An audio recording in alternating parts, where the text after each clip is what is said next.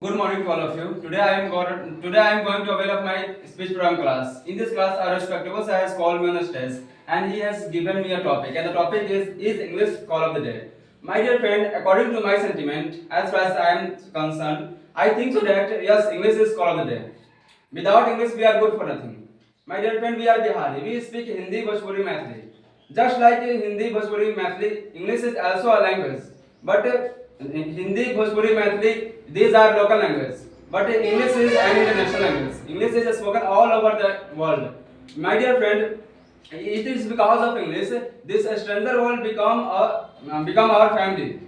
This stranger world becomes our family. My dear friend, we are human beings. We share our emotions, we share our feelings with each other, with one another. And for sharing our emotions, for sharing our feelings, we need a language. And a language that is also understood by people to whom you want to share your feeling, to whom you want to share your emotions. My dear friend, English is that type of language. This is understand by all over the world. My dear friend, English is an international language. Without English we are good for nothing. If we want to get a good job, English is needed. My dear friend, for example, if you want to get any part of India, for this you should have a knowledge about English. We should have a sound knowledge about English because my dear friend, we are Bihari. We speak Hindi, Bhojpuri, etc. And these are local languages. And in India, there are many languages are spoken. For example, Marathi is spoken in Maharashtra. Kannada is spoken in Karnataka. Oriya is spoken in Orissa. Tamil, Telugu, Malayalam is spoken in South India. But my dear friend, among all of these languages, English is common language. English is spoken all over the India. If you want to go to any part of India, and you don't have information about the local language of that part of India, you can also survive there. You can communicate with people because you have information about, you have knowledge about English. And English is because English is spoken all over the India. English is spoken all over the world.